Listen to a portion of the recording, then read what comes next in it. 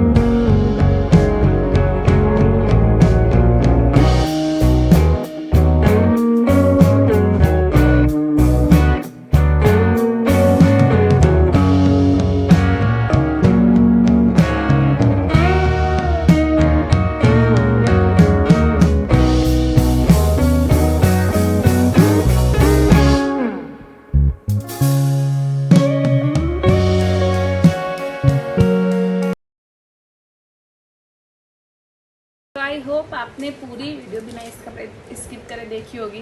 और टंगड़ान आपको कैसा लगा आप मुझे कमेंट करके ज़रूर बताना।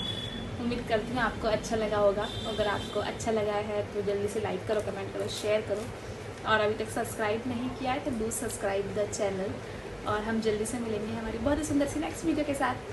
तब तक अगर आपको कोई भी क्वेरी है, आप मेरे लिए कुछ ऑर्डर करना चाहते हैं या कुछ भी है, आप मुझे मेरे इंस्टाग्राम चैनल riora_studio वहाँ पर मैसेज कर सकते हैं। तब तक मिलेंगे नेक्स्ट वीडियो में। तब तक ध्यान रखिए, खुश रहिए, ड्राइंग करते रहिए।